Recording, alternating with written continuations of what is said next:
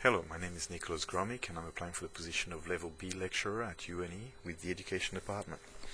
As part of the interview process, I was asked to complete a statement, and this statement now reads: teaching and learning tools, theory and research heavily influence the integration of ICT across all levels of teacher education to provide and prepare technology-supported opportunities for current and future teachers. And I will now explain this statement. First of all, we need to understand the concept of ICT. ICT, as in information communication technology, is part of a broader range of technology that students have access to. They have access to hardware, which may include desktop, laptop, and more recently mobile devices. They have access to software, and the combination of the two means that students are able to communicate, use computer-mediated communication to interact with their peers. So we're really looking at the hardware, which is the computer and the internet, to access online information and to be able to share that information with peers. But it's part of a broader range of technologies available to students. Why do we need to provide and prepare technology-supported opportunities for current and future teachers? Well, it's because, first of all, when the students come to UNE, they have prior experiences with the technology, and so we educators need to understand what that prior knowledge is so that they can guide the students, future teachers, towards through their teacher education experiences, the students can gain more skills and awareness about the benefits of ICT, so that eventually when they go into the classroom they are better prepared to deal with environments that may or may not have a full range of ICT equipment and facilities. So when we look at the personal experience, students, future teachers who are coming into the UNE education program, they will have prior knowledge and experiences with technology. And this prior knowledge also includes a preference for technology, and that preference might develop certain skills over others. So some students might be very familiar with Word documents and PowerPoints, but they may not be familiar with Excel. So they need to improve those particular skills. And what educators need to share with students is that the technology is a tool that facilitates access to information so that they can improve their awareness and their skills. So it is possible to use audio files or video podcasts to learn how to use Excel. And this is part of the range of tools available for being a successful online distance education learner. So once the students are in the education program, then they are exposed through role modeling, through teachers role modeling how to use technologies by discussing with their peers how to use the technology to successfully complete an online degree or a distance education degree. Then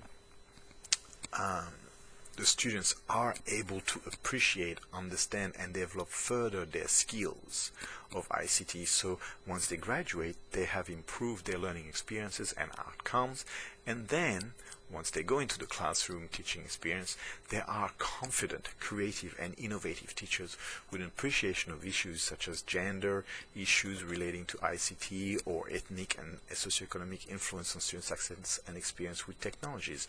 They're better prepared for that, and they're also prepared for the classroom environment. Some classroom environments might have very limited access to computers and ICT, while other classrooms might have full access to a wide range of ICT technologies and facilities. Some students may have access to mobile technologies while others may not. And so these teachers are better prepared for teaching in the classroom.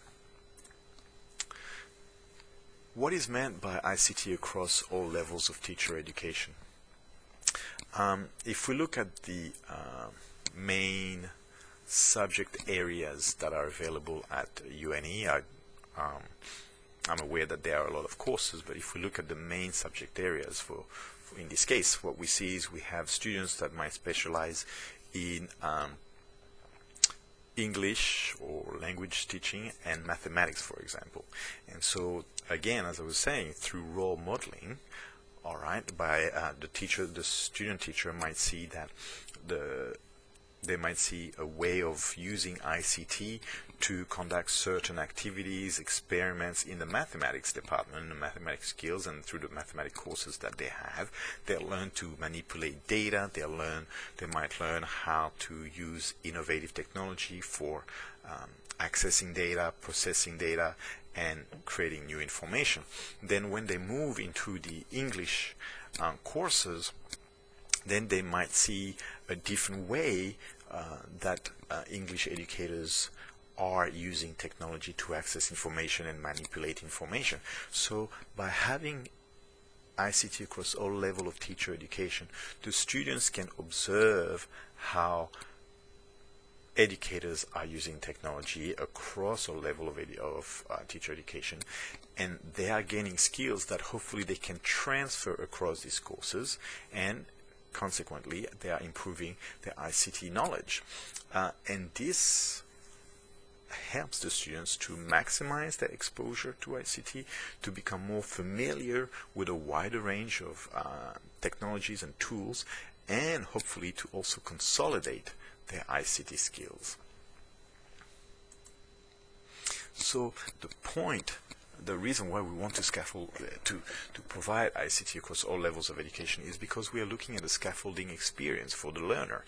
And what happens is that in the beginning they will have different experiences, and some of them might have basic level of use of ICT, and through their education at UNE they will eventually arrive at a point where hopefully they will be teachers as model learners. And what this means is that they have gained the skills to be innovative and creative, but also to be independent learners, and to have lifelong skills, lifelong learning skills, lifelong teaching ICT skills, so that then they can become trainers at their departments or their school and maybe in their regions. So the purpose is to align teachers in professional development for ICT ecosystem, and the ICT ecosystem includes, all your students, the stakeholders, the parents, policies, heads of department. It's a whole system in which teachers, because they have enhanced their ICT skills, are better able to participate and contribute. So when we are looking at teaching ICTs or using ICTs across all levels of teacher education, then we're looking at the teaching and learning tools. And Akara explains that the purpose of ICT is to develop general capabilities, knowledge and skills. The purpose of the curriculum, is to develop general capabilities, knowledge and skills, to explore content across the curriculum, and to assist students to become active and successful in the digital century. And so the purpose of the educator and the future teacher is to be able to understand how ICT can be used across a range of skills and abilities. And so students might access information first of all and try to remember where they found the information and how to use it, and eventually they can analyze it using a range of software such as Excel or other data processing software. And the hope is that they will be creating new content. And this teaching and learning tools really starts to make to change the conversation. Is it really ICT that we are looking at, or is it digital technologies that we are considering here? Because, as I explained, students now have access to a wider range of technologies, hardware specifically. The software are constantly changing and adapting. Before, people were using Word documents by themselves. Now we can do collaborative work with Google Docs, and now we have even more social networking with Google+. So we are using these technologies to communicate with our peers, so that we can now produce even more content collaboratively. The stages that Akara suggests are operating, computer technologies, communicating with peers, inquiring about information and content, solving problems. Okay, students identify problems, they analyze data, they develop new thinking, they manipulate information, and hopefully they create new content. And so they're collaborating on an ethical and sustainable projects.